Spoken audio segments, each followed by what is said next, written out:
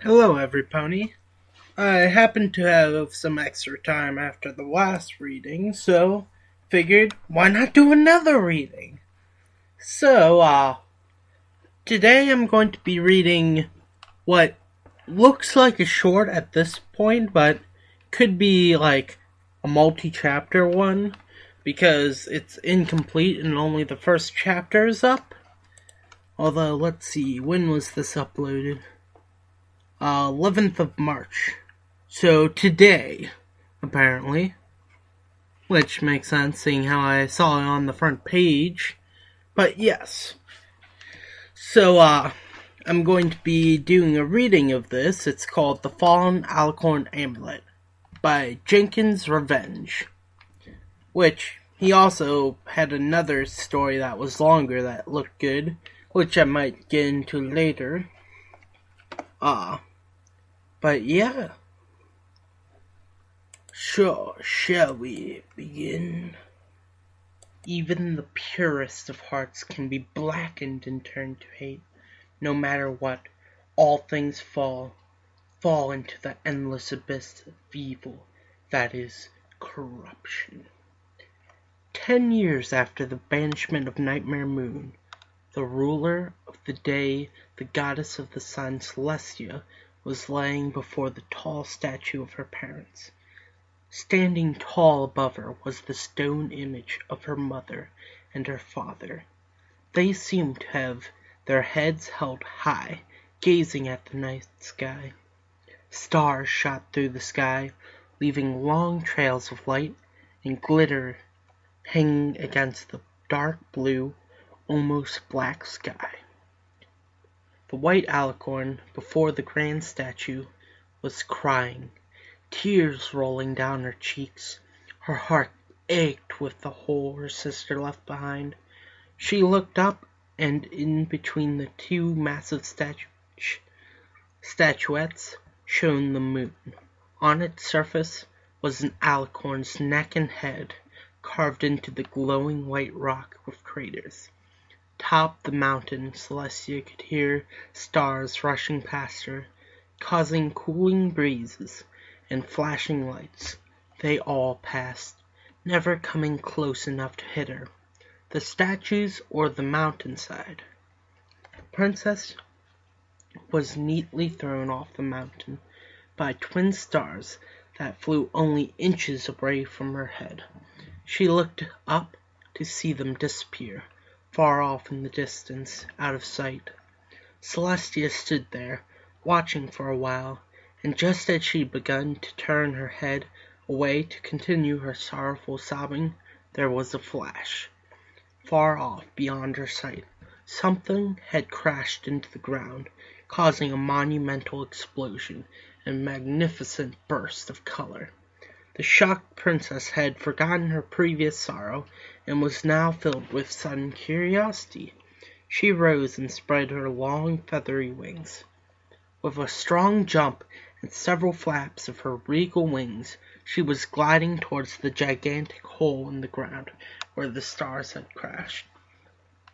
The large crater was red hot at its center. There could be seen the hearts of the stars, slowly dimming, cooling down. As Celestia landed and approached the two spheres of light, she could feel the golden shoes she was wearing start to become warm and melt. The Alicorn stopped when she stood over the balls of heat. Her eyes began to burn from looking at them for so long. A single tear rolled down her cheek from her eyes and fell onto the source of the heat. There was a loud hiss, and the light exploded out into a magical bubble that engulfed the princess. She looked down, and she could see clearly. Beneath her were two small Alicorns. One was a boy whose fur was a cyan hue, and on his back rested two small wings. On his wings were two braces, and his horns spiraled up in a point. His eyes glowed brightly, but through the blindly light lay two hazel spheres of beauty. The pony laying next to him was a female, whose coat was pure scarlet. Her horn was longer and thinner than the Alicorns next to her, but it came to a sharp end. It reminded Celestia of the one that Nightmare Moon possessed, but with a crimson tint.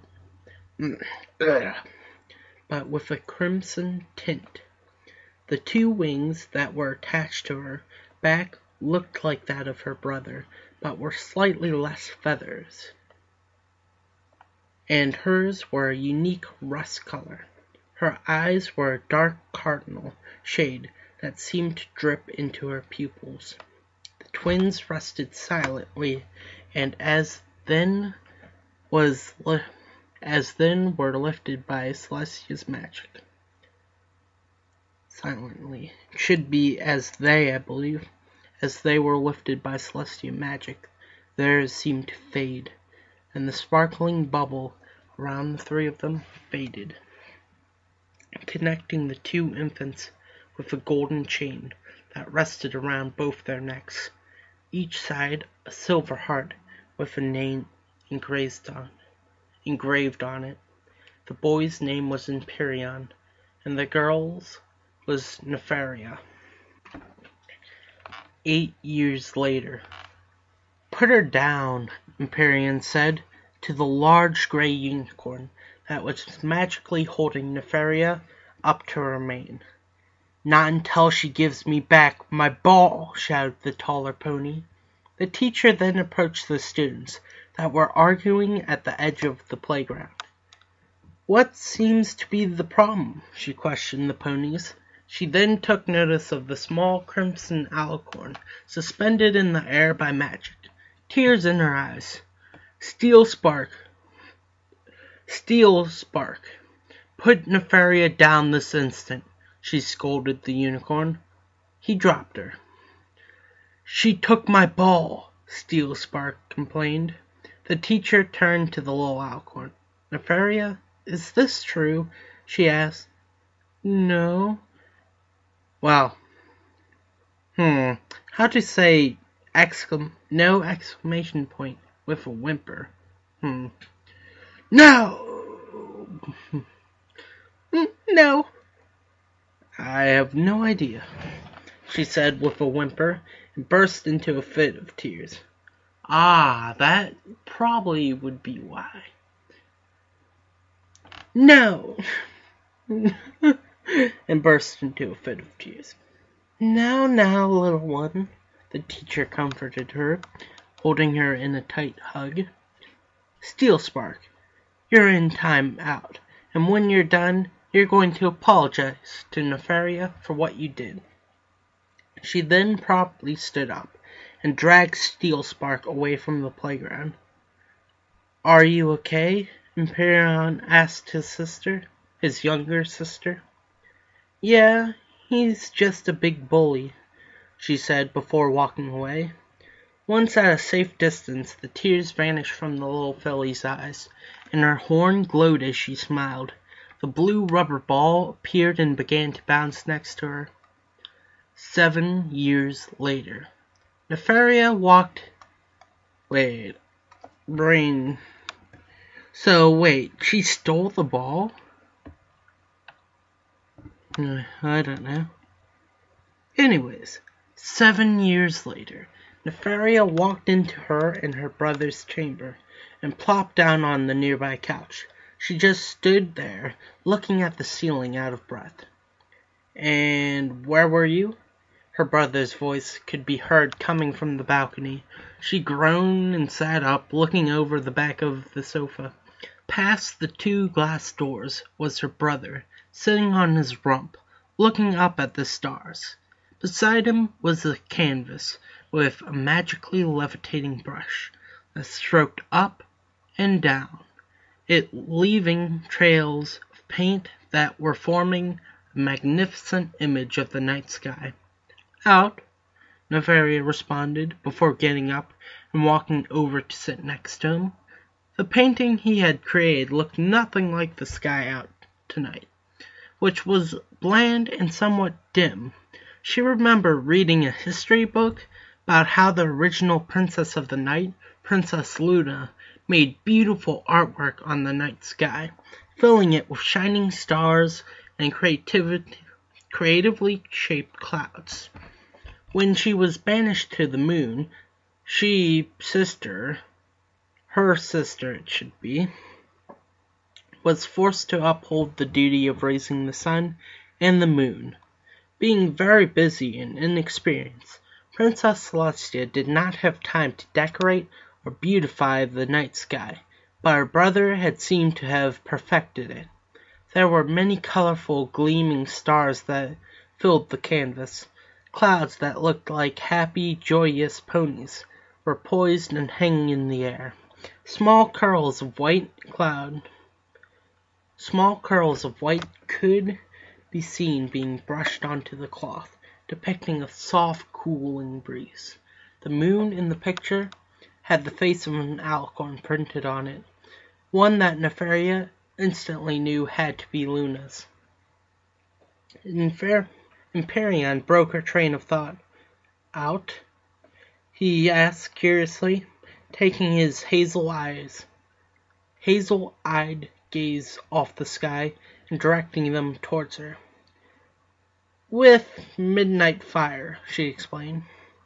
Was he in the Wasn't he in a detention center? Empyrean looked at her quizzically. Yes, your point? Oh, no point, just curious. Oh! Nefarian shouted. I almost forgot, she said before standing up and spreading her wings. The feathers at the end of her wingspan were cut and fashioned to look like flame. Wow, her brother said. Did you get a tattoo too? He said sarcastically. How'd you know? She said before turning around. Right above her cutie mark on either side, which were 2 rubies surrounded in 2 black clouds, were the words Goddess. Wow, repeated Empyrean. And that's not the best part, she said before running back into the room and searching through her saddlebag. Aha! She exclaimed before walking back onto the balcony with something in her mouth. Nefaria put it down in front of her curious brother. It was a necklace, an iron necklace. Its base was an upside-down triangle, with on its top were 2 iron wings, and an alicorn head turned to one side. The wings were decorated with red stripes, and the eyes on the iron alicorn's face were also red. But what really impressed him was that there was a massive ruby cut at the center of the upside-down triangle. Please do tell me, did you actually pay for this with your own money for a change? Actually, I did, Nefaria said proudly. I figured it would be best if I paid for something every once in a while, she said before putting on the necklace and smiling at her older brother. Anyways, I'm going to hit the hay. And with that, she walked back into the chamber, and as soon as her head hit the pillow, she was out. Her brother sighed before returning to his work. Nefaria sat up groggily. She looked around the room, and set were half open. Her eyes, it should be, were set half open, rather than set were half open eyes. Or, actually, it should be, and she set her half open eyes on her brother's bed, across the room.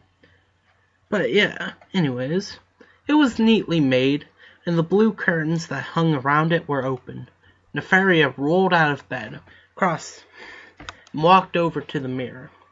Her mane was disheveled and pointing out in every direction. Behind her, in the mirror, she could see the rest of the room.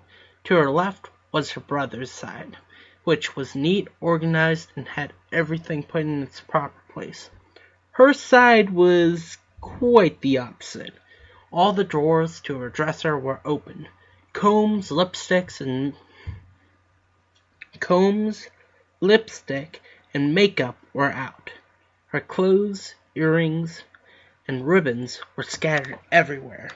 Her clothes, though she rarely wore them, were slung over the bedpost, floor, and dresser. She then took notice of the note stuck between the mirror and its golden frame. Wow, I'm messing up left and right. It was written in a wonderfully written cursive. Dear sister, Princess Celestia is hosting a get-together for some friends from out of country. She would like it very much if you were to come and make them welcome. Yet it is still a formal event, and the princess trusts for